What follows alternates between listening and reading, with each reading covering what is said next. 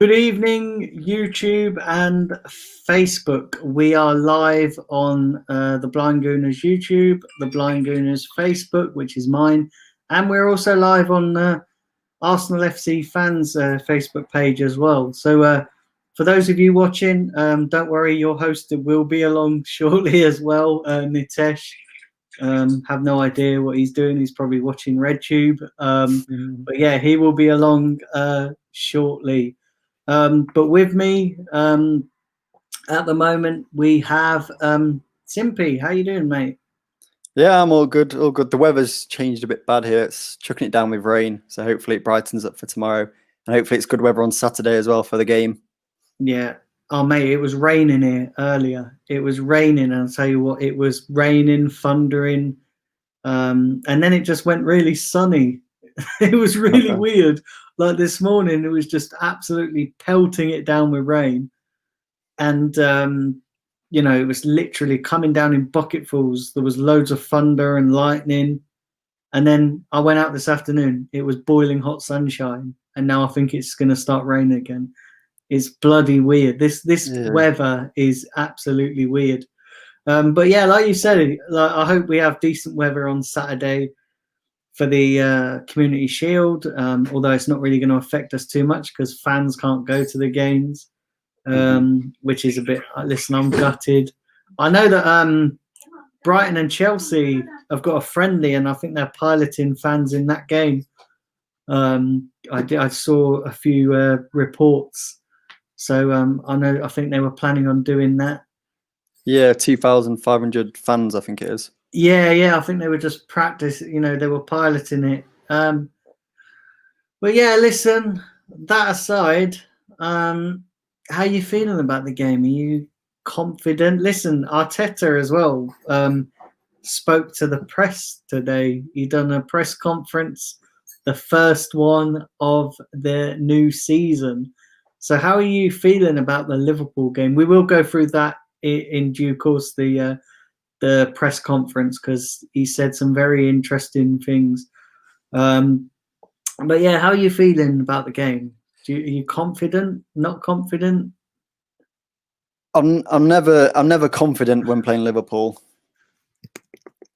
Just before I jump into that, we got Ryan and Nitesha backstage. I've just seen the messages, so apologies, Ryan and Nitesh. Yeah. Right. Let me go ahead and I'll let them in, then I'll carry on when they're in. Let me go and add them in. Give me 1 sec.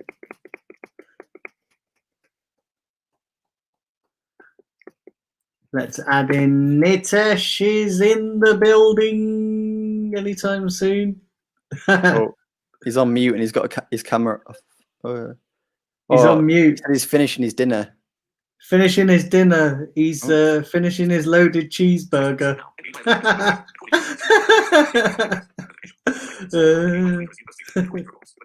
Just want to do that. Big up Omar, Taib, Zidane, Youssef, Hayden, Raymond. Here he is. And Ryan is in the building. Yeah, Nitesh is finishing his loaded cheeseburger. Give me a couple of minutes. I'll just join in. 2 minutes. Yeah, no worries. Yeah, big up everybody in the chat. Do subscribe to the channel if you are new as well. If you're new to the Blind Gooner, and do smash the like button. Let's drive the likes up on this video. Yeah, so simply carry on. You were saying about the game, about the.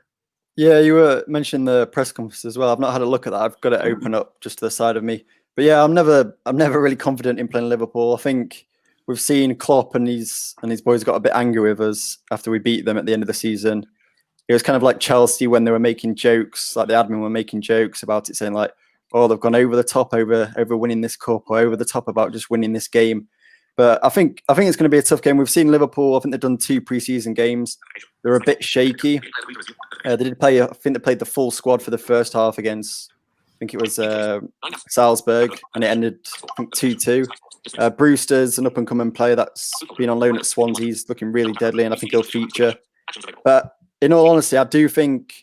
I know a lot of people have been saying it's going to be weakened teams for either sides, but I do think Arteta and Klopp are going to go full strength. Because if you remember the Community Shield last season, I think City versus Liverpool, it was, both teams went full strength, and I think it's going to be the same again for this game.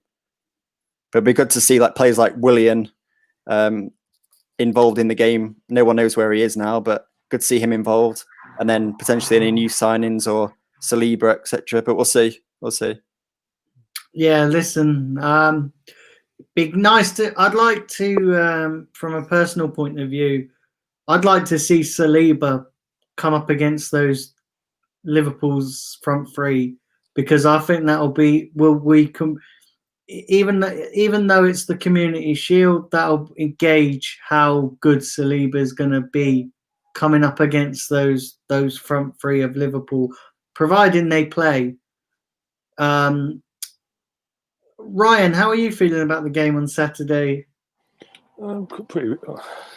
Oh, it's pretty bizarre to say, but pretty excited in the sense of with everything that's gone on in the last 6 to 7 months globally. And I know we've only just finished the season prior, but this is like now with the players we brought in as well, Saliba, as we've mentioned already. Again, I'm not going to read too much into the MK Dons game because it's MK Dons. There's no disrespect, but that's the League 2 they play. So, like I said, Saliba, their real test is going to start on Saturday. That's when we're going to start seeing how good, or potentially how good he really is. And again, this is something I'll brought to the table, in the sense that someone like myself can go say against Liverpool that I think we can give them a good run for their money, if not beat them on Saturday. And let's not forget, all things aside, it's a pre-season friendly, so to speak. It's just a warm-up game, basically. But with how the fixtures have come out as well, both teams are going to want to be up for it and show their all, because in a few weeks' time we've got to play them again at Anfield behind closed doors. But no one's going to want to let off and give any weaknesses away, so we say. And also, as simply starts on, Liverpool going to be hurting as well, because it was us that stopped them from getting 100 points in the end last season. So Klopp's going to ram that into them. But we've got no pressure. Liverpool will be strong favourites. We won't be. We're not going to have a full strength squad either. Compared to when the season does start, we're going to have a full squad back pretty much. Hopefully, Gabriel involved if they actually announce it sometime this century. But yeah, I'm very optimistic. I'm looking forward to seeing, as you said, Saliba, and then the players as well, because we've only had 3-4 weeks off since the final. So it'll be interesting to see where their fitnesses are, if they've dropped off at all in that small period. Because this pre-season is going to be a bit bizarre in the sense of, in previous pre-seasons, you always get like a month and a half, 2 months of pre-season behind you before the season starts, whereas this is literally weeks and off we go again. Yeah, it's certainly going to be an interesting game. I am, I'm pretty. The way I stand on it is, I do actually think it will be a really good game. I think we'll give a good account of ourselves. There's no pressure on us. I don't think we'll win it. But if we can pull it off, then great, because, we need to keep this momentum going that we've built, because we have built momentum, winning the FA Cup, winning, in the manner that we won it, and it only being a couple of weeks ago. So we do need to keep momentum. We do need to keep momentum going, but I think it will be a very tough game. I actually think it will be a good test for us, even though it only being a Community Shield. I do think it will be a good test for us because, like you say, MK Dons you can't really judge it. I think that was just more of a fitness exercise than anything else. But the team that he's going to play on Saturday is likely to be the team that starts the opening day of the season. You think he's building up now to the opening day of the season. I don't know whether there's going to be any more friendlies until then, just to build up fitness, because there's a couple of weeks in between the Community Shield and the opening day of the season. So I'd expect there to be at least 1 or 2 more friendlies. But who knows? But yeah, I'm looking to see a strong team on Saturday, just in terms of people gaining fitness. Simpy, did you say you had the press conference up there? Because yeah, I can share that across. yeah, we'll go through that. I've not had a chance remember, to read it do smash a like on this video, guys. Drive the likes up, and do smash the subscribe. Let's see if we can get a few more people subscribe to the Blind Gooner. Do keep smashing both those. I'd really appreciate that. And on YouTube, please go and follow the Arsenal FC fans page as well, and my Facebook page, which is the Blind Gooner. So do go and like both of those pages.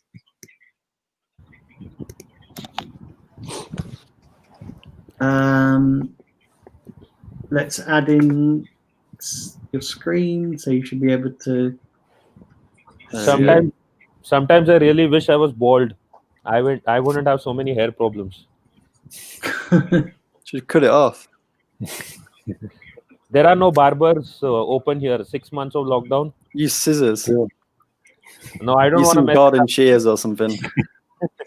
I am not Eddie Hand Scissor, whatever his name was. Johnny Depp's movie, I remember. Oh, Edward Scissorhands. Yeah. Edward Scissorhands. Yeah. Edward Scissorhands.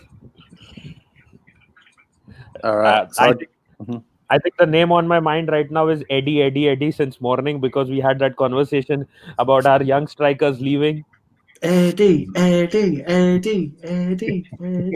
Daniel, you should be singing Ozil. No. We'll be doing that soon. Hopefully on Saturday. I'll be doing it before the season starts. Don't you worry, because then I'll need the whole season to wipe it from my memory. Do you know what? Singing that Ozil, I'm not looking forward to that. You know, singing the Ozil song is like going down on someone with a crusty fanny. Do you know what I mean? It's just not a pleasant experience. You know what I mean? I haven't imagined a crusty fanny, so I'm not going to imagine it now. Please don't. Please don't. Well. That's a whole new show. That is. Brings a whole new meaning to loaded cheeseburger. Anyway, Simpy, do you want to read out the press conference before we descend into more chaos than it already has? Yeah, sure. Yeah, so there's a graphic as well. I think the Sun posted it, and it was the top 6 teams, like who's had the longest break since a game. And I think Arsenal had the shortest break since the last game we played. So I think we only had 28 days or something in total, like rest days. So yeah, jumping straight to Arteta says how hard it is mentally to start a season 3 weeks after the end of the last. It's not hard because we like our job. We have the privilege to work in the industry. We're ready to go. We have no choice. We have a cup to play for on Saturday. Saliba, this one was a really good one that I liked. Saliba has been training really hard. He stayed here in London to do better preparation, and you can tell that he looks ready. There are a lot of new things for him to adapt to. He has the right qualities for this football club and has the right attitude to keep improving and showing the player he can be for our future. On what shape the squad's in, we've had 2 training sessions, so you can imagine that this game comes straight in the middle of our mini pre-season. But we've not had lots of time to lose our condition. It's not the ideal moment to play this final, but the players are motivated. Aubameyang contract situation. Keep being positive. We had some really good talks with him and his agent, and I'm pretty confident that we're going to find an agreement soon. That's his feeling. If he does sign, it's going to be a big lift for him and the squad and also the club. On whether the squad are ready to challenge again for the top 4, we'll see. Let's see how we look like at the end of the transfer window. So maybe that's some hints there. It just started and everything looks pretty slow at the moment. Not many teams are moving aggressively. So a lot of things are going to happen from now to October the 6th. Not many teams are moving aggressively. Yeah, I don't get that. Chelsea are flipping. I think, Chelsea. I was going to say that Chelsea are the only team being aggressive in it so far. I do see. Yeah, I do get take your point. I get what he's saying, but yeah, Chelsea. Apart from Chelsea, everyone else has been sort of passive. Where Chelsea's going all out, spending the money that he got from last year, doubled onto this year, and they're going for it left, right, centre. So Yeah, Chelsea still has the Eden Hazard money, so that is what they have. Yeah, they got that, and then the Europa League winners' money, top 4 money, all that piled up. Yeah. Just it's mad. Yeah. I'll miss some of them. On the players still fit. Don't know how they will react to start play every 3 days. COVID situation. Ignore that one. On competition. Didn't anyone ask him why wasn't Willian or David Luiz and all these guys playing? I'm gonna say we did miss quite a lot of players, Lacazette, Pepe, etc. But then didn't Pepe post something like post like a video or something saying like Liverpool, we're coming for you or something like that?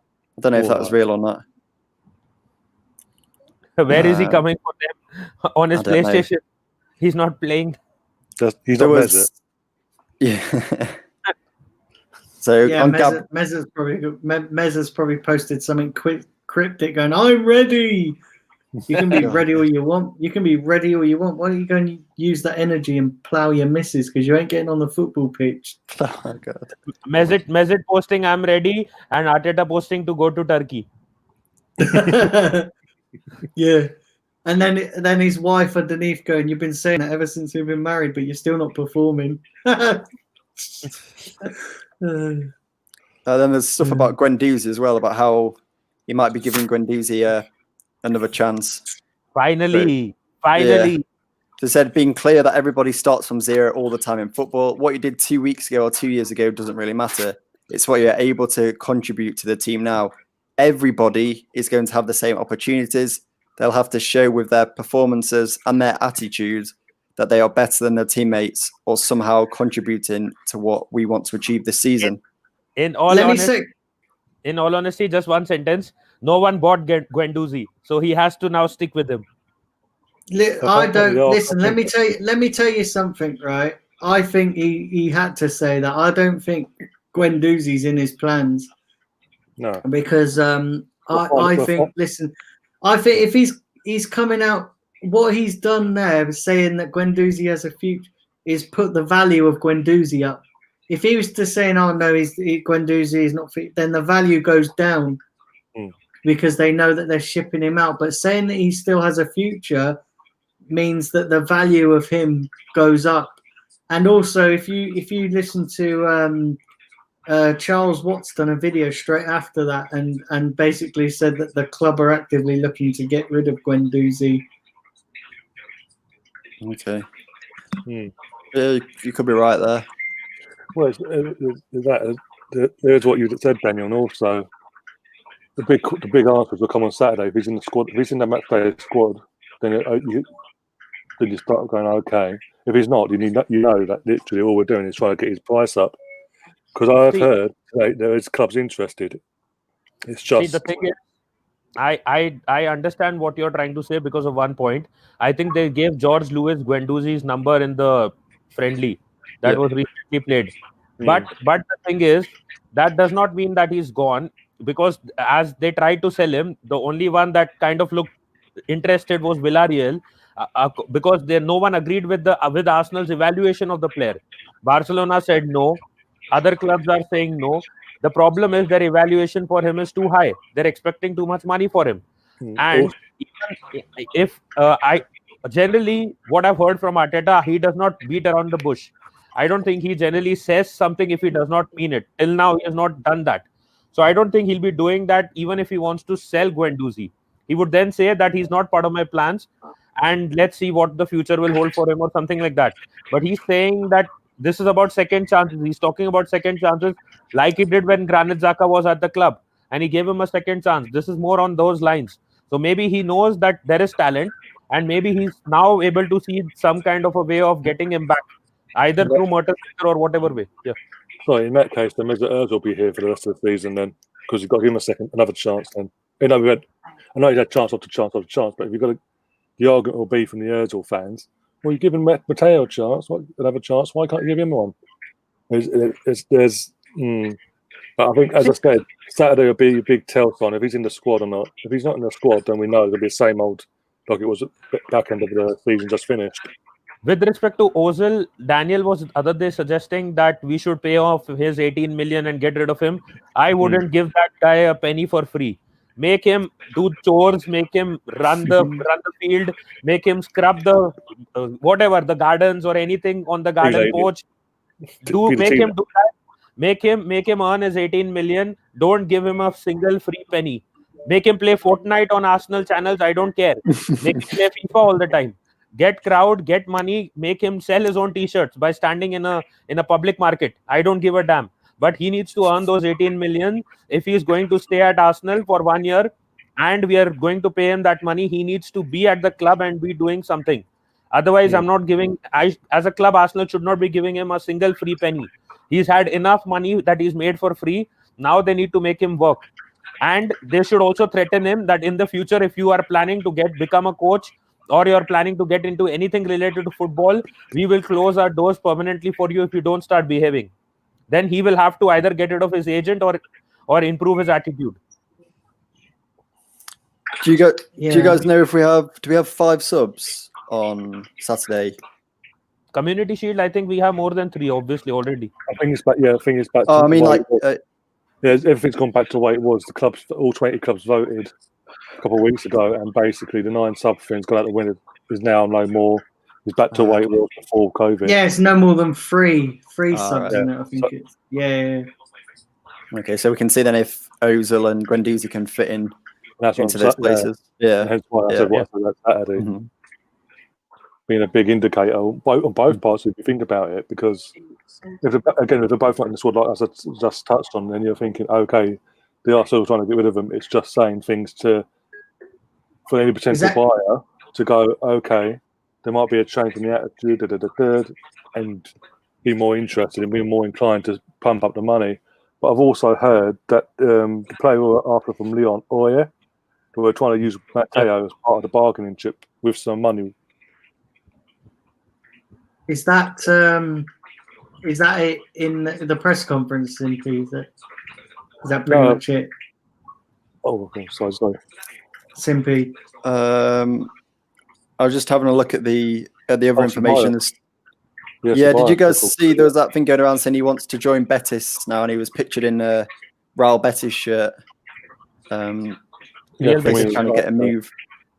No, but according to Arteta, he's been talking to Danny, and Danny wants to come back here. So it's like, it's like, it's pretty much like everything, isn't it? It was like the people said Aubameyang was going to be announced, or he's signed like a month ago, and then now apparently he's not even signed. I don't understand what is he going to get at Betis that he won't get at Arsenal. I mean, if it is Betis or Arsenal, it's clearly the choice should be simple.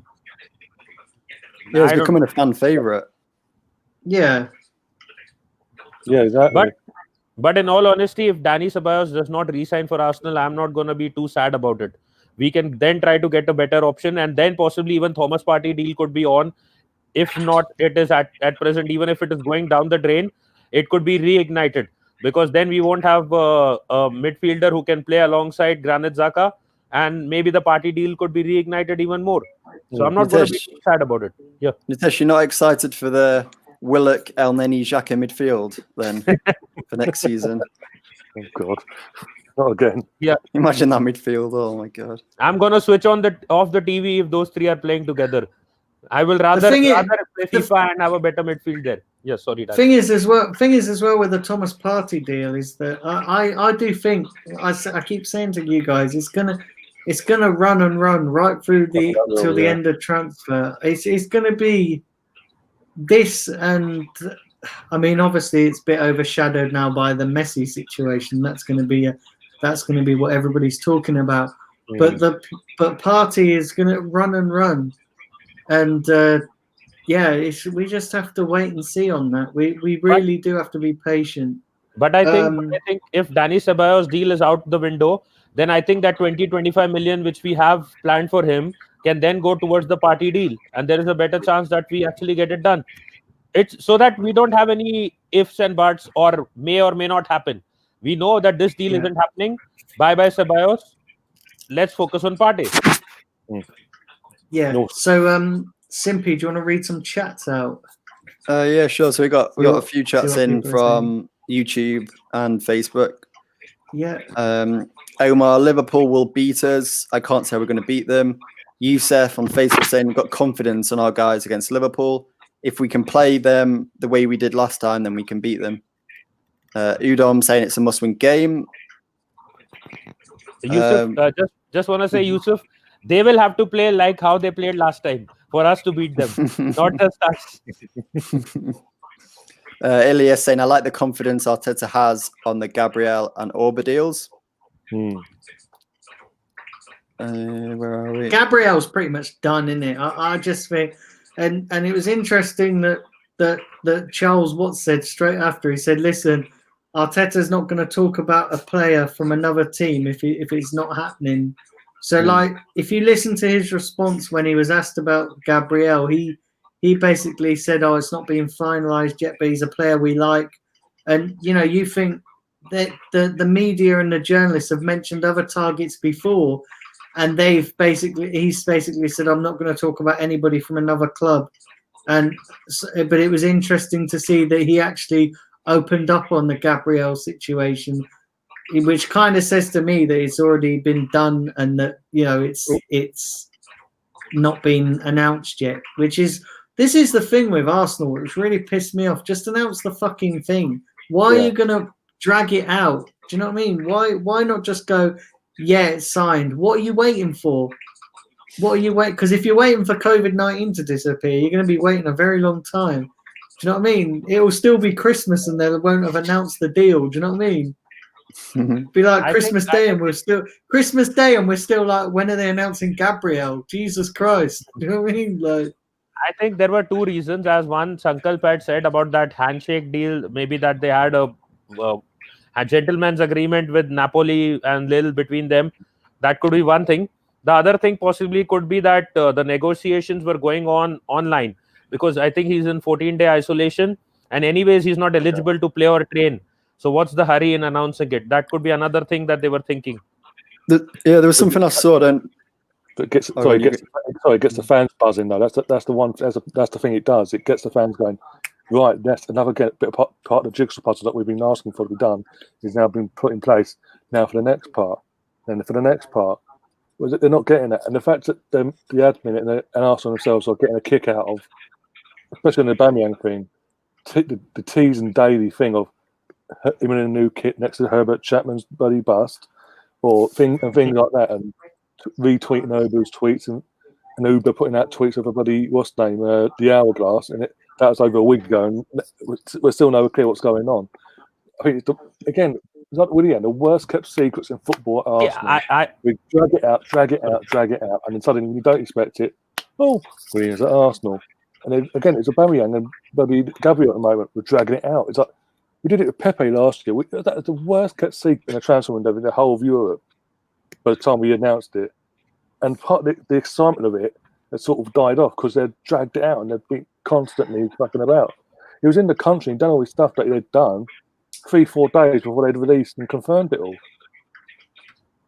Yeah. I am not complaining too much about that. Just want to say one thing, that the club needs to make money from somewhere. If they're not going to make it from the tickets, they're probably trying to make it from social media.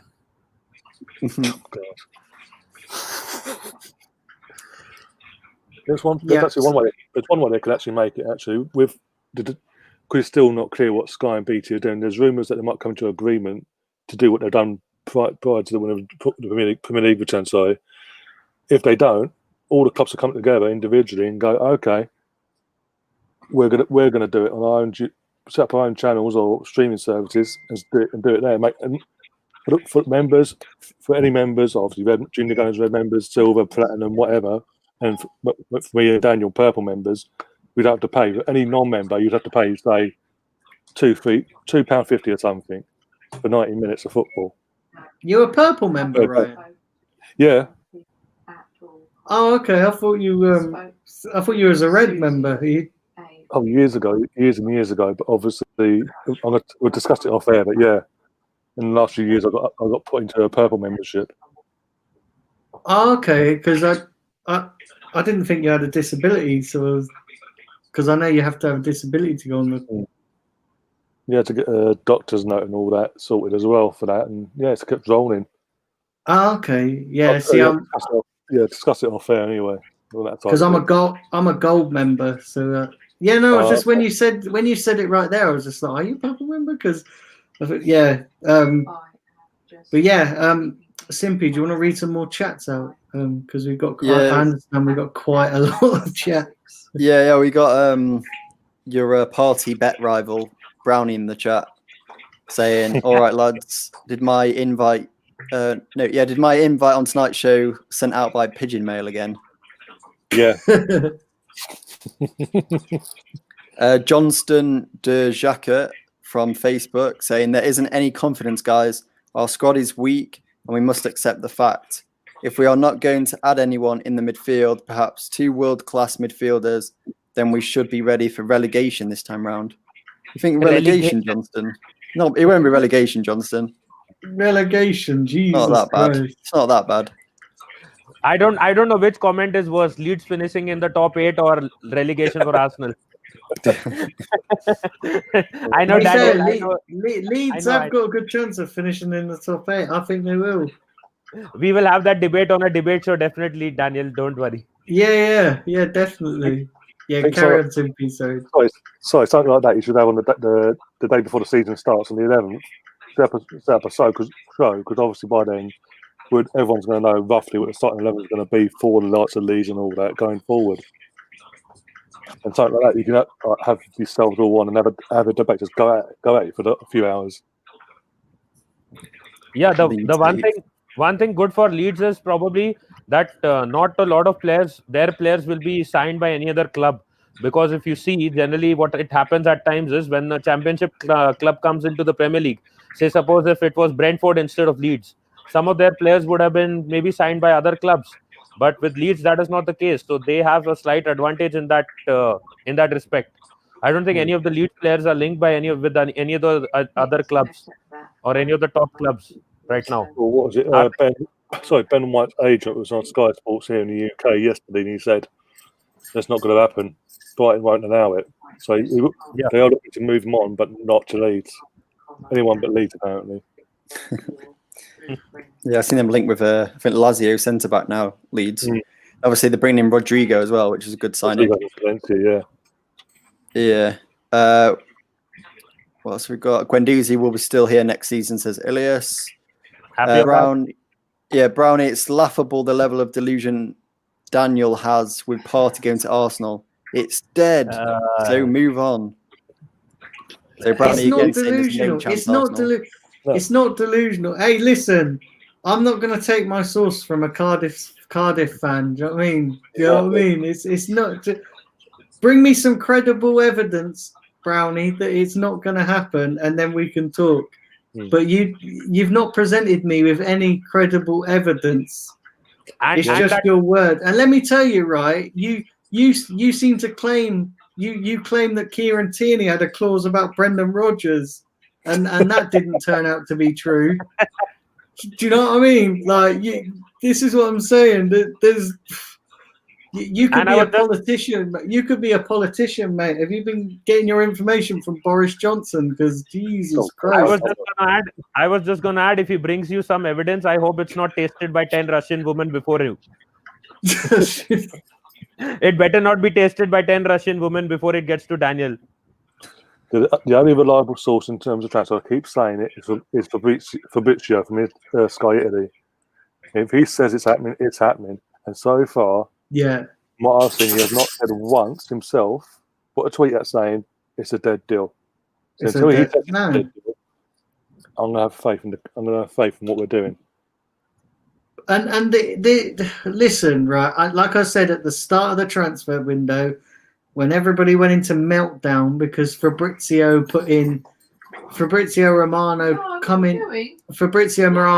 Romano put in about how the Arsenal had offered this money. That's how transfers work. The buying club puts in an offer, the selling club rejects that, and then hopefully, if a deal can be done, the players will reach an agreement. But there's a lot of back and forth. You know, there's a lot of back and forth. There's a lot of negotiating. It's very rare that a club goes and pays the full whack outright. Now, I know a lot of people are going to say, well, Chelsea have done it for Havertz and all that. But let's not forget, Chelsea and that deal for Kai Havertz has only just been agreed. Even they offered a lower offer than what Leverkusen wanted. And then they did a bit of negotiating, and Chelsea went back in, and they've met somewhere in the middle that suits all parties. That's how transfers work. Exactly. And it would be it's the same with Man United and Jadon Sancho. You know, that's they're still in negotiating. You know, they're negotiating, and you know, it's just waiting to see what happens. You can't listen if Partey doesn't sign by deadline day, then you know after the transfer window closes, then yeah, I'll hold my hands up and say yeah, you were spot on. But there's no way you can say it's a dead deal 2 to 3 weeks into the window when like I said, not many clubs have even started doing their business yet. Okay.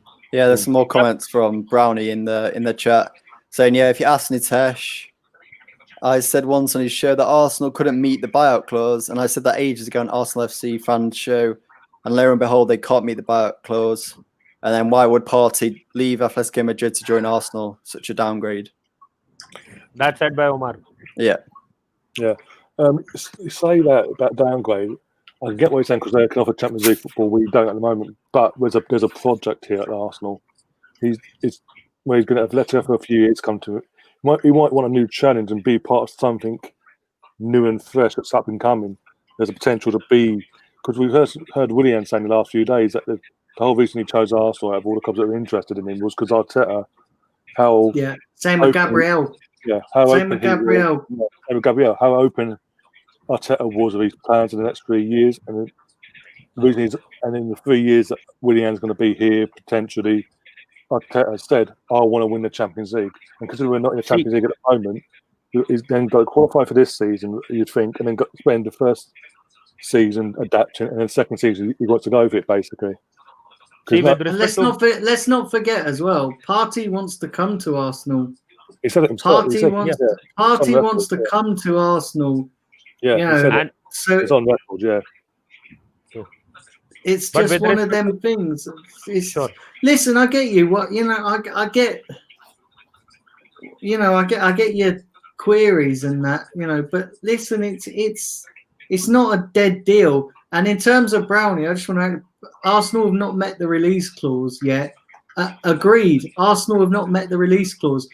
But when you stated that, the transfer window hadn't even opened, and that and the transfer window has only just opened, and just because you're saying they've not met it yet doesn't mean to say that in the next month or two they can't raise the money and meet that release clause. You can't say that. You're saying because it hasn't happened yet, but the window's only been open a couple of weeks. And when you had that discussion, it was months ago when the window wasn't even open. And with respect to Willian, I wouldn't take his word about the whole plan thing and all that. Yes, I understand Arteta is a good manager compared to Lampard. Maybe he did some things right. But Willian had no choice. If Willian would have stayed at Chelsea, he wouldn't be playing a single game. He wouldn't play a damn game. Yeah, look at the signings that they have on the wings. Yeah, but I understand so what you're saying. Yeah, I understand what you're saying, and also in response to Brownie in the chat, but obviously being in London, well, as you said, Chelsea are still offering a contract, so he could have said that Chelsea, be a bench warmer for a year or two. But he would have been. He wanted to come here and play first team football because he would have become Chelsea's Ozil then. If he stayed at Chelsea, he would have become Chelsea's Ozil then. We did not want that. Only Ozil is not right in the head to actually be doing that, and maybe Gareth Bale. So there other players actually want to play football even towards the end of their career. And Willian wants that. So he made the switch to Arsenal. But with respect to Thomas Partey going to United, I don't think he said that he wants to go to United. He said he wants to come to Arsenal. That was paper talk. Who said Partey wants to go to United? Brownie said he said it. Brownie, Yeah. where's your sort, mate? Come with some credible evidence, because you're just throwing out paper speculation. Yeah. Where's the credit? Bring me somebody in the know who you Hmm. claim to have, because you claim to have all these journalists at your door. At your disposal. So bring me some of those, and bring me some credible evidence, because you've not brought me any credible evidence in regards to this whole Tierney clause with Brendan Rodgers. And all I can see that you're saying about this party deal is that you're claiming this, you're claiming that, with no real fact or anything like that. So bring me some credible facts and evidence, Also, instead of just pulling out reports and Yeah. pulling out, things that you claim to happen. Bring me some credible evidence and we'll talk. But at the moment, you're just not giving me anything credible. Even Thomas Partey's dad has said his dream move is to play for Arsenal. His dream club to play for is Arsenal. Is his dad lying then? I think Brownie is trying to get on the show. He's saying, "Put me on the show." Then I know, Brownie, what you're thinking. Why don't Daniel, you do one thing? If he can show you proof where Partey has said that he wants to play for United, then you can have him on a show, maybe. Where's the proof? I tell you what, Brownie, right? Yeah, I'm gonna get you on a show, and we'll have this discussion, because this would be a great show, right? And I won't get you on this one, because obviously we're previewing the game, but I'll do a separate show and I'll get you on, and we can discuss this, and we'll discuss it and have a debate on it. And so I'll DM me on Twitter, and he's not on Twitter. He's not on Twitter. Oh yeah, you took so okay. So listen, get in contact with me somehow. I'll figure it out. But yeah, we'll have a debate on this, because I want to know where all this credible evidence, this credible stuff, and and we'll debate it. Do you want to read some more comments, Impy? Impy? Yeah. Just trying to find some to. Just one update. Daniel, Facebook chat created. You both can have a go at each other now. Omar's saying, yeah, not going to happen in my opinion. We need to move on to other targets. Party ain't joining us, and that's the truth.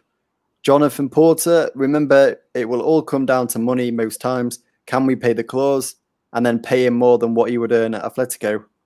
And then we got Russ in the chat. He's asking, where are the ladies? Yeah, so just wanted to add something. It's not that Arsenal does not have the money. They have the money, but they have it planned for a few signings. Now, whether they want to spend it on Partey or they want to get the other signings, if we didn't have money, how was Gabriel coming? Was he coming for free? If we didn't have the money, how were the other players that we are linked to being linked to? So that is the thing. It's about priorities. And according to them right now, Thomas Partey is probably not their priority, because they got more options. They got other options as well. And they are trying to address those issues. How did William Saliba come in? How did Pablo Mari come in? How did Cedric come in? If we have no money, then are they coming on free, or are they coming on a charity basis? So that is the thing. They have the money, but they have priorities. And Thomas Partey is just not a priority at present. If we don't get the other, that is Dani Ceballos in midfield, then maybe they may make him a priority and try to sign him. Same thing. Coutinho is not a priority according to them. So they are not trying to push for him. Yeah. And let's not forget, Partey is Arsenal's #1 target.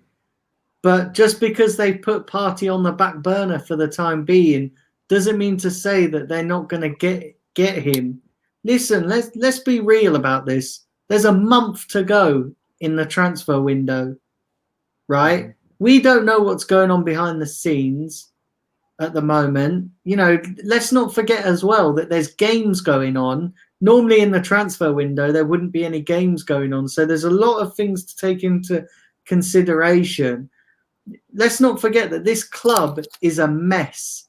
Right now, this club is a mess. So they've got to sort that out, along with sorting Aubameyang out, which is, in my opinion, signing Aubameyang up is, at the moment, more of a priority than trying to get the Partey deal done. So I think they're just like I agree with Nitesh.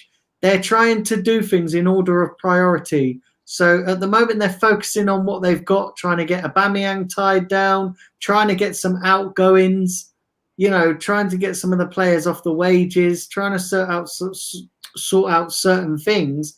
And then once all that's done, they'll probably go back in for Partey because, like I said, Partey is Arsenal's number 1 target. Everybody's reporting that. Even, people close to the club are reporting that. So it's just because it's not happening at the moment, it doesn't mean to say that it's dead, And let's not forget, right, that it took us whole summer to sign Kieran Tierney.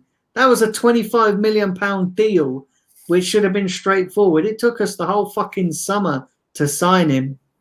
And we got that one over the line when everybody said, oh, that's dead at one point. Oh, why can't we just go and pay the 25 million? Why can't we just do this? Why can't we just do that? And what happened? We ended up getting him, didn't we?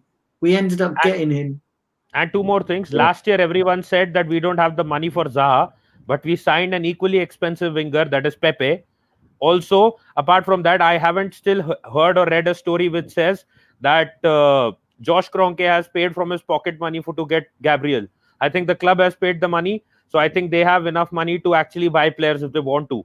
The only thing is, if they're trying to get in Coutinho before him, if they're trying to get in a winger or some other player before him, that could be a different case. Or maybe they may be looking at a younger prospect in some of the other options that they have, which could be a long-term thing. And they may also consider, why do you think that if a club wants to pay in parts for a deal, why do you always think that they don't have the money? Maybe they like paying it in parts because they have some other plans for the funds. So that could also be the thing. And also, all clubs operate like that nowadays. Even Man City, to an extent, they operate like that. They pay in instalments now. It's the way things are nowadays in football. So just because it's Arsenal doesn't mean, because Sky say so. Sky say things to get you idiots out there that can gamble to gamble. Okay, so I want to what I want to do now in a second is get everybody's favourite Community Shield moment, because obviously this is a preview for the Community Shield, and we've kind of rumbled on about Thomas Partey for a bit. So before I go around each of you in turn, I just want to remind everybody, do subscribe here. Do keep smashing the like button, please. Simpy, if you give us a quick like check, what we... currently sitting on 12. My laptop's showing 12. So currently on 12, 10 people watching. 12 likes. Yeah, come on, everyone. You lot can do better than that. Smash the like button. There's a lot of chats as well. I think just like us, they don't remember much about the Community Shield. What's that? Sorry, Simpy, what was you saying? Saying we've got a lot of chats coming through as well. Yeah. And guys on Facebook, do subscribe here to the Blind Gooner as well if you're new. I just before we get into that, getting the favourite Community Shield memories, just want to remind you all that on Saturday, doing a watch along for the Community Shield. So do all tune in for that. Do subscribe to the Blind Gooner, or do follow the Blind Gooner's page and Nitesh's page, Arsenal FC fans. So we're going to be on air at 3:45, 3:45. So do all just set your dates and set your watches for that on Saturday. Let's go into your favourite Community Shield memory, and I'm going to start with you, Ryan. What's your favourite memory of the Community Shield? Memory wise, has to be Gilberto Silva's first competitive game in 2000. I'm trying to think now. 2002, summer 2002. Yeah, we played Liverpool at Cardiff, and obviously it's the first time we played them at Cardiff since they'd done us in the FA Cup final. But yeah, we were absolutely dominating Liverpool all over them, and it took a scrappy half volley to win the game. And it was obviously our new signing in Gilberto Silva, who went on to be part of arguably one of the best squads in Premier League history, part of someone that was so underrated in his time at Arsenal. And yeah, Simpy, your favourite memory of the Community Shield? It's got to be the 2020 Arsenal versus Liverpool, where Aubameyang scores a hat trick. It's got to be that one. psychic. We have a psychic in the building. It's the same as Omar, but yeah, Alexis didn't score that year in 2014. Omar, but it's the one Yaya Sanogo won the Community Shield. It's in that's 2014, isn't it? Yeah, Yaya Sanogo, the legend. I swear he's coming back to the BPL.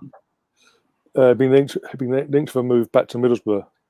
Oh, Back to not England, the BPL. so- Then. More Yeah. like bottom Might end be of the going- Championship. Then He's not He that might- level. He might be linked to a Premier League club, but the one I've heard of is Middlesbrough. Other than that, Nitesh, no. your favourite Community Shield? When you said Community Shield favorite moment, I was like blank. I don't remember damn anything about the Community Shield. but yeah, reading some from the comments, maybe I think I remember that Giroud goal against City, and if I remember it right, yes, that was a good goal. And personally, I liked Giroud as a player. I never wanted him to leave Arsenal because he didn't have a second striker to back him up. I always felt that if he did, probably we would have not lost the league that season that we did. That was the year that Alexis joined, wasn't it? Because that was I remember when we first saw Alexis, and he was outstanding, wasn't he? He was just he had the pace, and everyone was like, "Oh my god, look at this geezer!" You know, he's playing really well. That was my favourite memory in the Community Shield.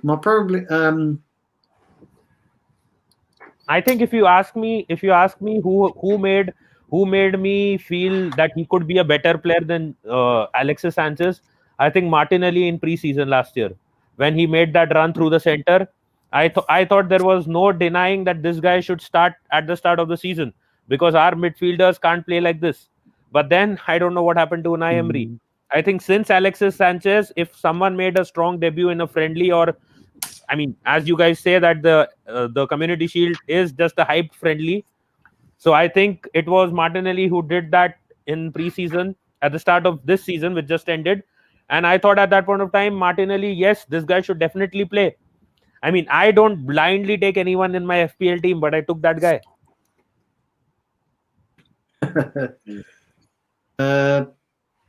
So yeah, put it in the chats, guys. What are your favourite memories and moments of the Community Shield?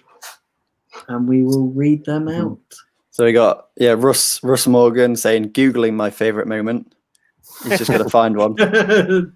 Cheddar said I can't remember the Community Shield. Apparently we played it last year, but he had no idea. So you can see Liverpool fans not take it seriously. Hopefully Liverpool players won't be taking it seriously as well. Giroud goal against City, Grant says. And Omar, 2014 City 3-0. Jonathan Potter is going off on that. Yeah, so don't see the shame in admitting you can't afford a player. At some point, a club should come out and say it's gone too far. And rather than pay 100 million on a player, all tickets will be £20 for fans. And then we got... No, but the thing is, see, if you're saying we can't afford a player like Sancho, Mbappe, Messi, Ronaldo, those players we can't afford. That is understandable. Thomas Partey does not come in that bracket. He's not even that expensive. If we would have probably signed, but the thing is, if we have something planned out for that budget already, like we are expecting to get 2 to 3 players, so what may happen is we may get the other 2 who may fit into our budget mode, and we may decide not to go for the one who is costing more. It is what we have planned versus what we are getting. If we didn't have money for the Partey deal, everyone knows that there is a release clause in his contract. It's not as if we are negotiating on that. So they would already know what they need to spend for Partey. But Thomas Partey. Yeah. Also, let's not forget Arsenal are trying to get players off the book. We've seen that the Ainsley United situations come out of nowhere this week in the sense of Wolves are bidding 50 mil. We're wanting at least 20 mil. So we are looking to get finances other ways as well, because everyone's got to remember, all clubs, and this is why apart from Chelsea, everyone's been a bit standoffish at the moment in the transfer market, is because when a pre-COVID situation when clubs have been massively affected because they haven't had the match-day revenue from the fans coming in, etc., etc. And obviously that's continuing now into the new season until we're told different, and as it stands, the 1st of October. So, but 4 or 5 games in, they're still going to be affected there. It's going to take a long time for all these clubs, even the biggest clubs, to recover and get back to where it's stable enough where they can be aggressive again. But yeah, getting players that are not good enough off the books, that could be another way of raising funds. So as you said, get the less priority-wise players in first, like your Gabriels and things like that. Get them in. Then, in the meantime, raising funds in other places, whatever way we can. Then we go in for the main priority then, because that's going to be the marquee signing. Just want to add to that. If we are a desperate club for funds, in need of funds, then we would have probably even accepted the 15 million. But when a club is not that desperate for money, they try to negotiate. If you're desperate to get in some deal, you may actually take the cheaper bargain as well. But when you're not desperate for money, then you have the time and patience to negotiate. So if we are negotiating, that also shows that we are not that desperate for money, and we can obviously wait.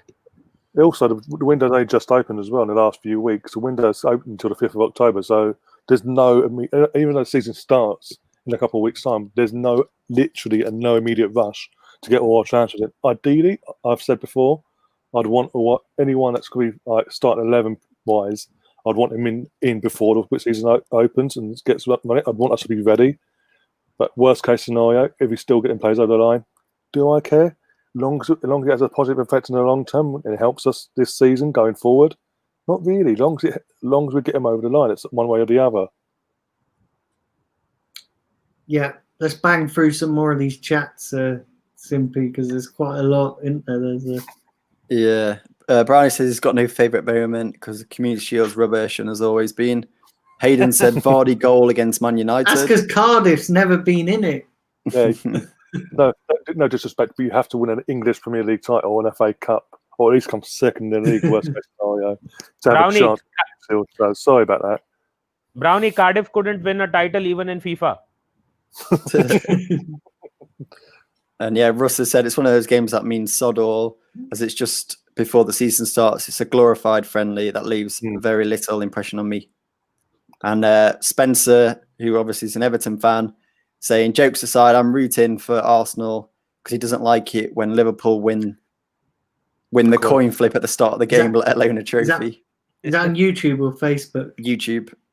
Oh, okay. And yeah, who else? Jonathan said, when is 40 million not expensive? I wish I had a spare 40 million. Transfer fees. Transfer fees since the Neymar deal have gone through the roof. Clubs are risking their futures for a dream. And one point that Grant mentioned as well, I think the whole of the COVID thing, we had that sort of like hidden bank balance as safety for transfers. So he said, the club has 230 million in the bank. Also, the club will offload players and make money. So the deal is not dead.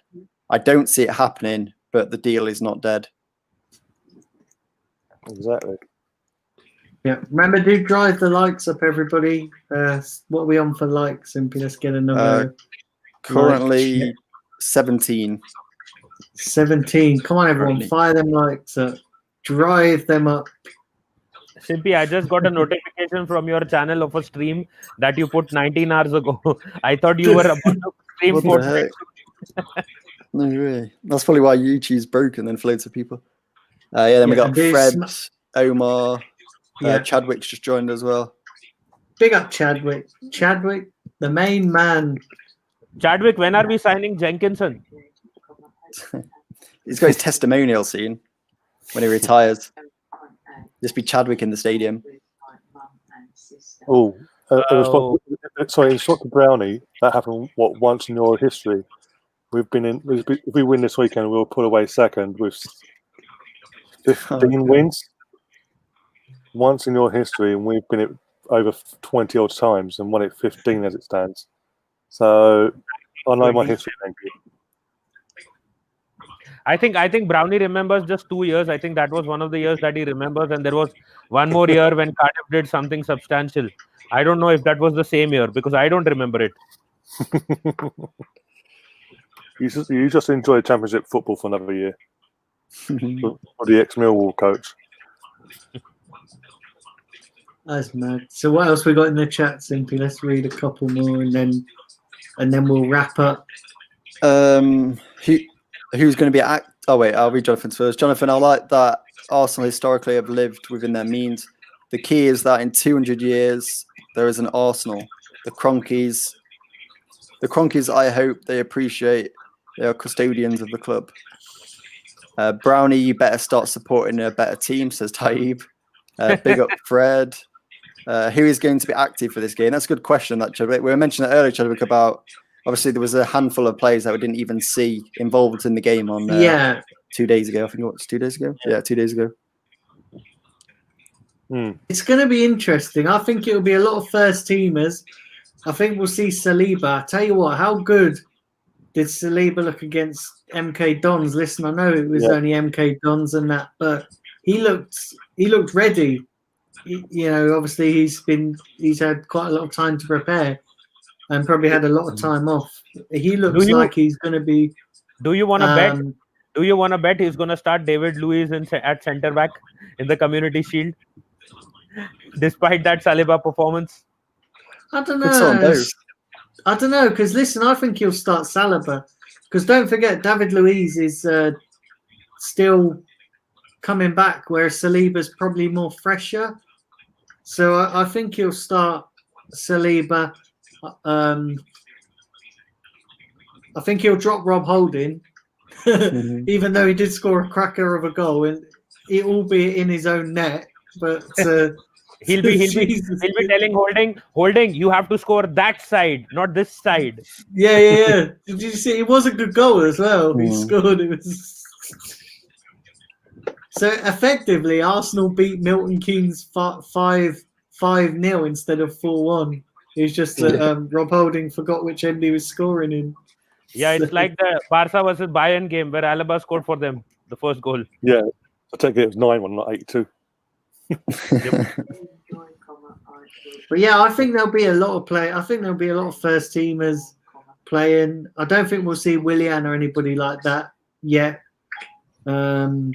Obviously, we're not going to see Gabriel because that hasn't been announced. Could you imagine that? Right? Could you imagine that? They're not going to announce Gabriel. The way they're going to announce it is putting him in the squad. Be like, there you go, we signed him. There you go.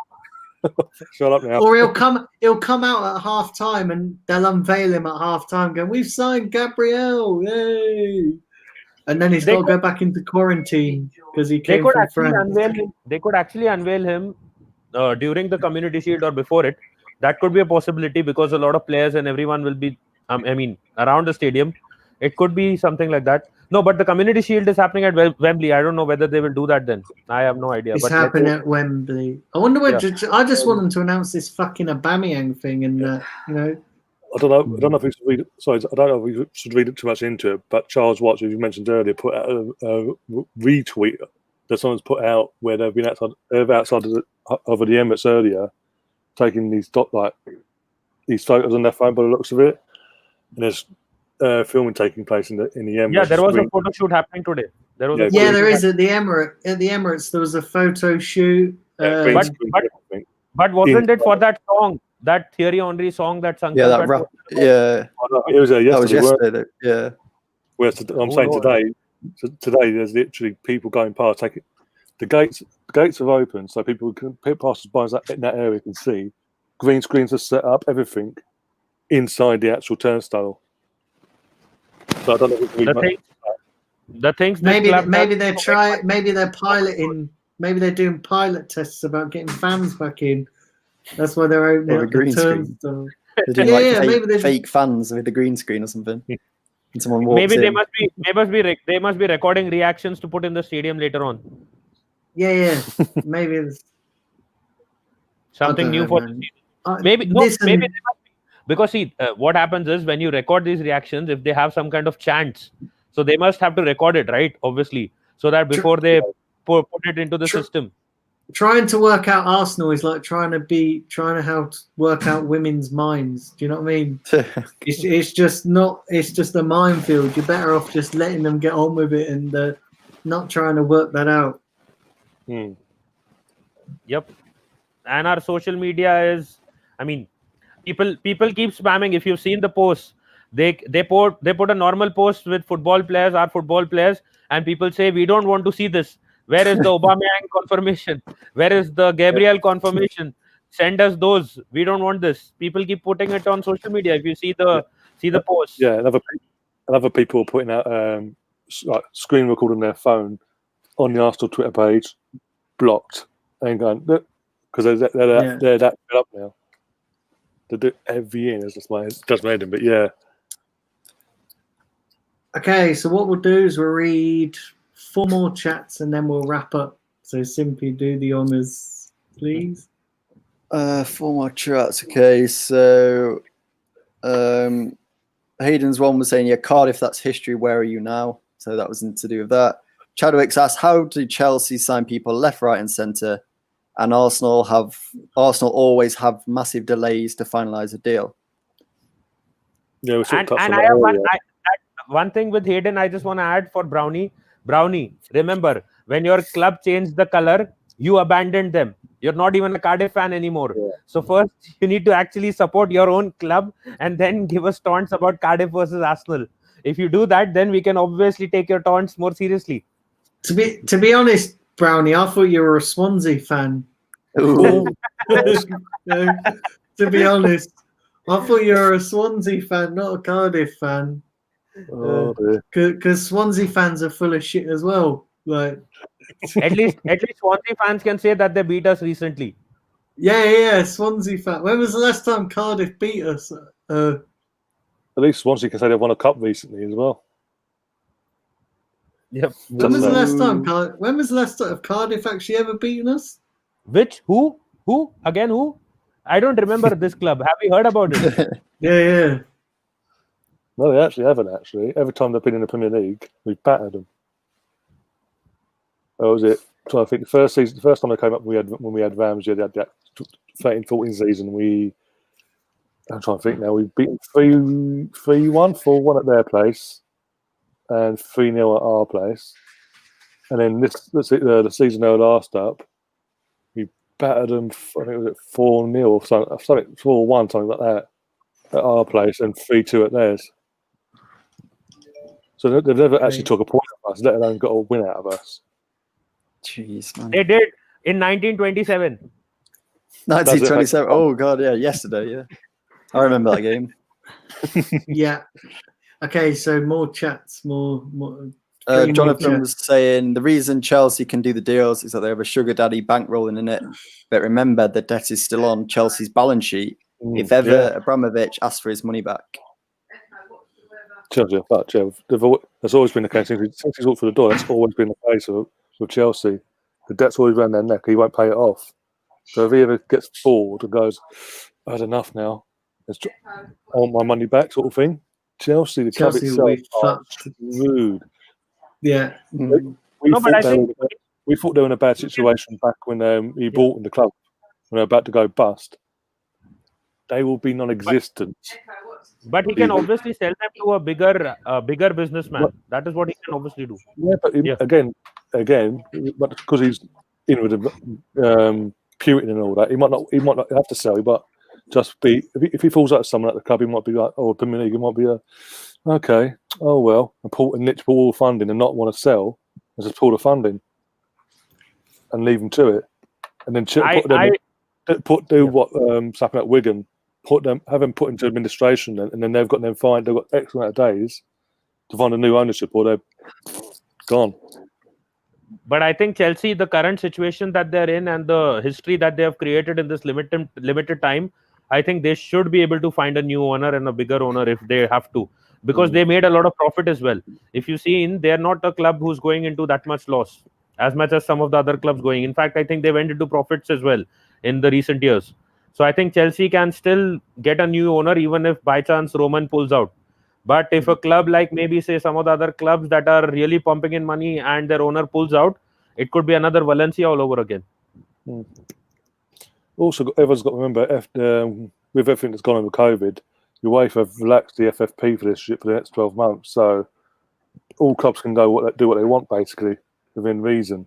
Hence why, but as we've touched on earlier in the show, Chelsea have had 2 years' worth of transfer funds at their disposal, ready to go. Hence why they went and got Ziyech when they did. And they've literally, in the last few weeks, gone and hit it out of the park with the likes of Werner, Ben Chilwell, the guy that got to stay on a free, but obviously wages and things like that. Thiago Silva's about to come through the door and he's second now.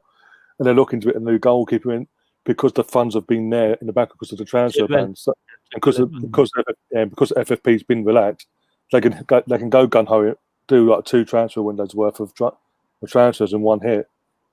But doesn't mean even if FFP, even if FFP was there, they would have 10 million extra for fine. That's it. Yeah. They would have kept it. But also, I remember what I was going to say now. Just because they're throwing money at a situation and obviously bringing these big names in like Thiago Silva, experience, Timo Werner, goal scoring, this and the other, doesn't mean it's going to work under Frank Lampard. As I've touched on my channel and I've touched on here, it's all about. All this does now is heap massive pressure on Frank now next season, because for the first time in his third season of managerial football, he's going to be coaching actual world-class players. Let's be honest, because Derby, there's all due respect, they're not world-class players. Last year, he was working with his academy pretty much, apart from a few experience here and there with Giroud, Woodian, etc. Whereas now, some of them kids will be dropped out for the likes of Ziyech, for the likes of Werner, except Thiago Silva, things like that. If they have a fallout with Frank, one of them, that's it. We've seen it in years gone by. The greatest teams that Chelsea have had in the last 16 years, if they have a fallout, one of them falls out of the manager, they all join as one and force them out. And ex-legends or not, they're going to do the exact same to Frank. So it's down to him now to step up. It could just happen if... It's all about managing the big egos now. He's not managed them big egos like to this extent. So now, pressure's on him. It's already happening because there is a debate going on whether Azpilicueta will be captain or Thiago Silva. Yeah, exactly. And there could be ramifications there. So this is what I'm saying. He's now got to manage big egos.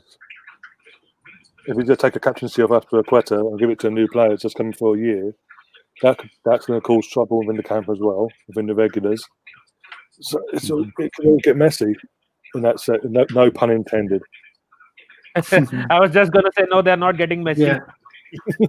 Yeah, they ain't getting messy. Jesus Christ. I don't even think Man City's going to get messy. He ain't going nowhere. Listen, let me tell you, right, the thing with Messi, he ain't going nowhere for the simple fact being that Barcelona ain't going to let him walk out for free. And it's going to, let me tell you, it's going to end up in court. It's going to end up in court. It's not going to get in, and it is, if you'll excuse the pun, it's going to be messy. It is going to be messy. It's going to end up in court. There's going to be legal teams involved. There's going to be. I read a report that he'd actually walked out on Barcelona and left the club, and just walked out and not returning to training or anything. But why would they be able to take him to court if there is a clause in his contract that at the end of any season he can leave for free? Because they're arguing. So they're saying that the clause in his contract ends in June. 10th of June. Ends in June, like it ends at the end of June. Whereas Messi's argument is going to be because of COVID, the season's finished, the season's gone on longer, but they're going to still claim the actual season ended in June. So that's where there's going to be a discrepancy in that clause of that contract. It comes down to what the courts decide to believe.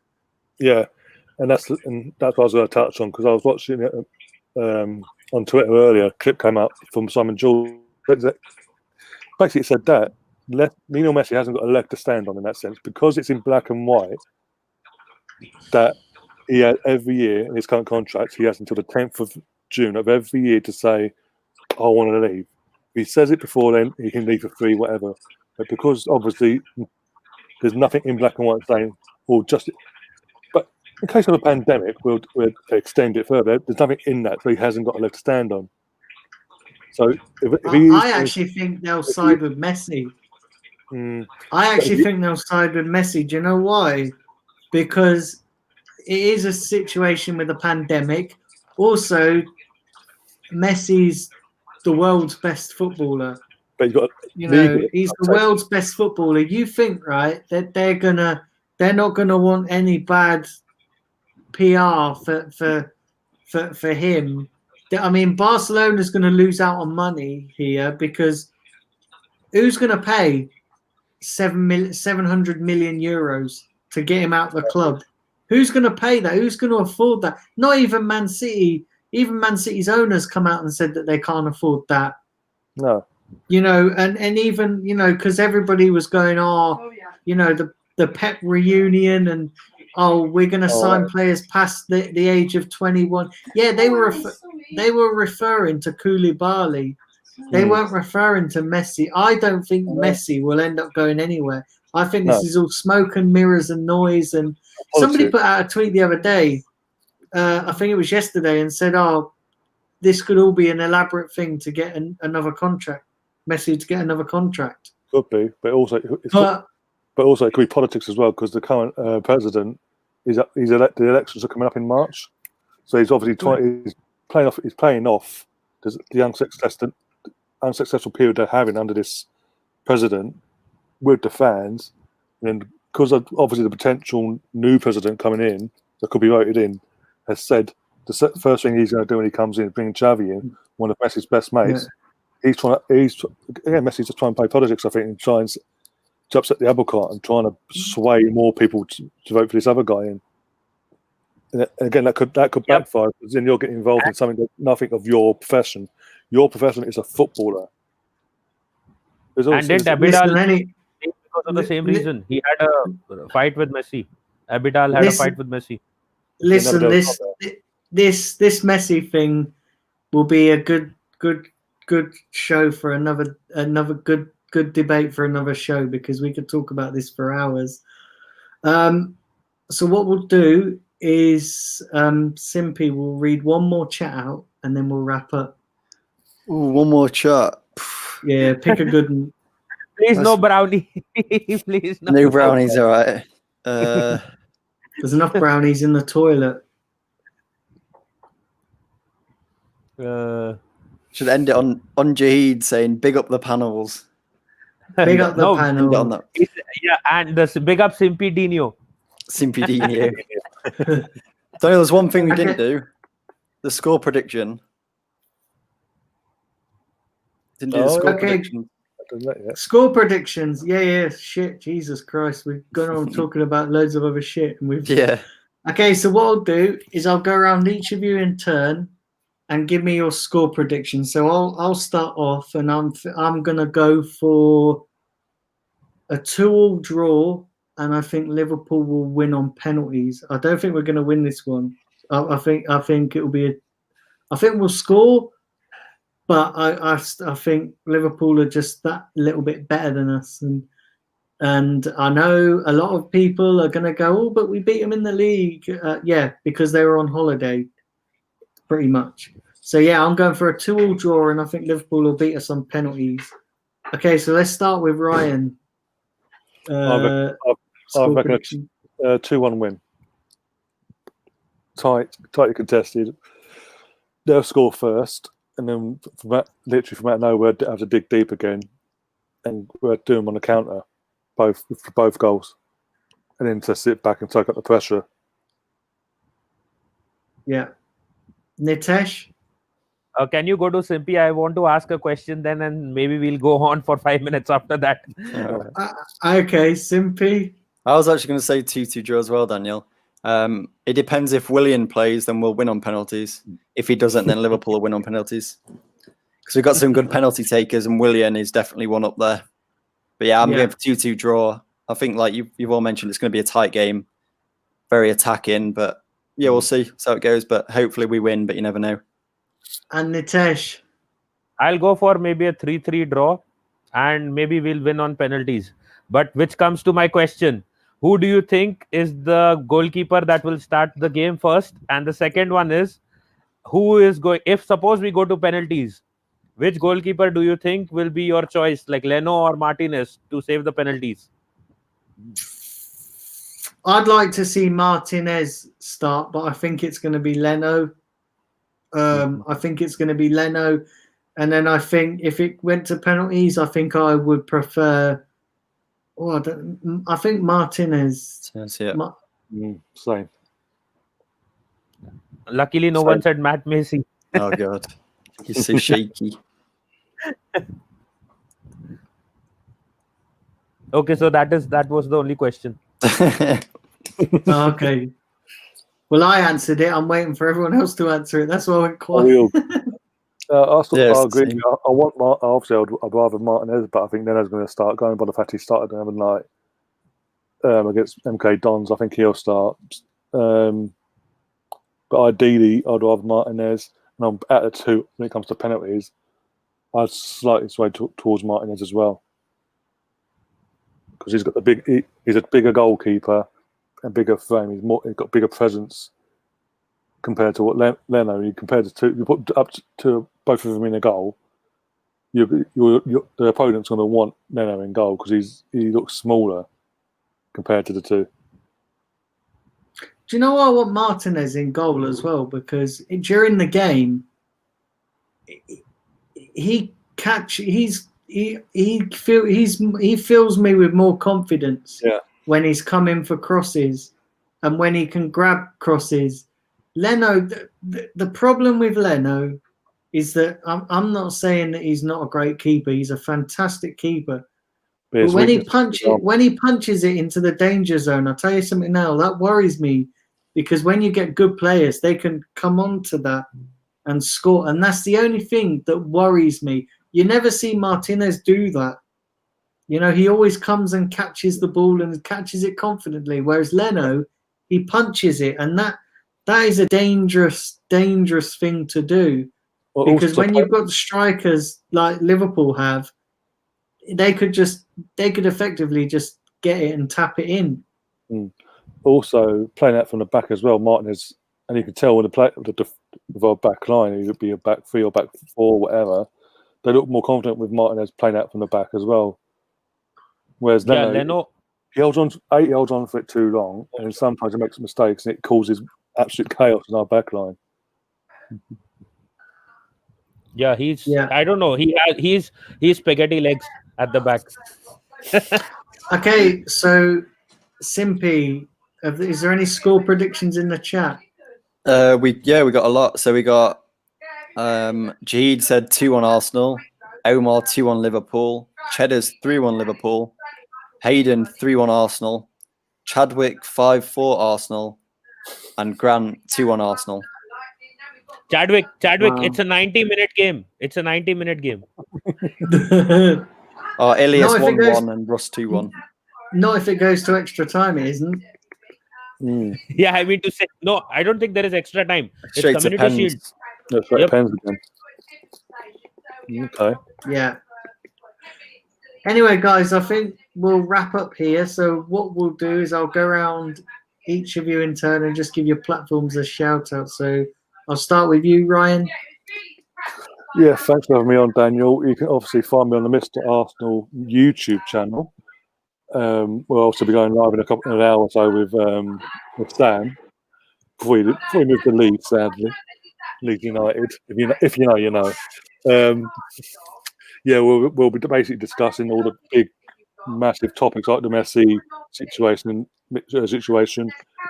Harry Maguire's ongoing saga now in Greece, and things like that tonight. Also, other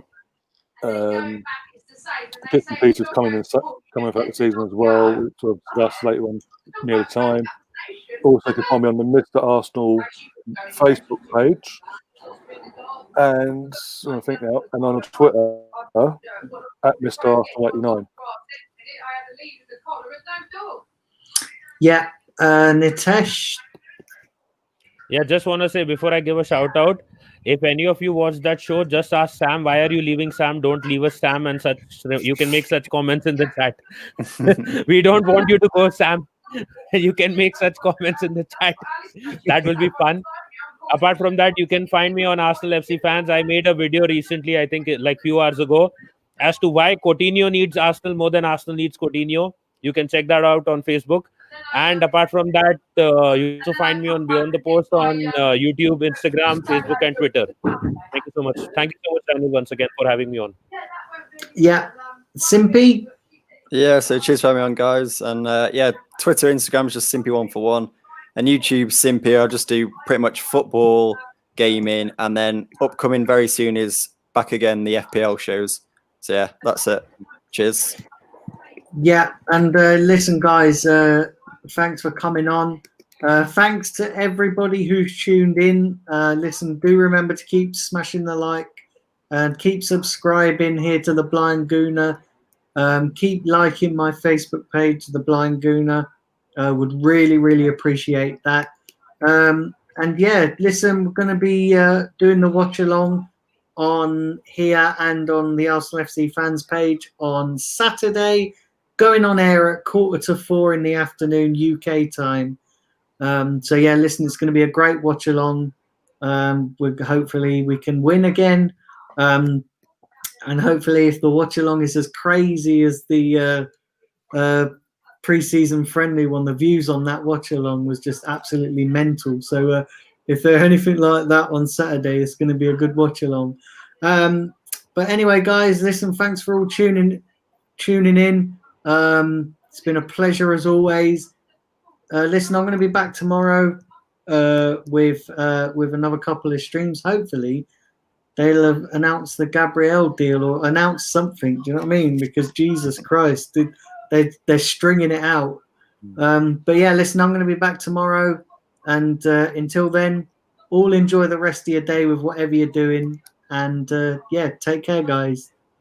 Bye. Bye.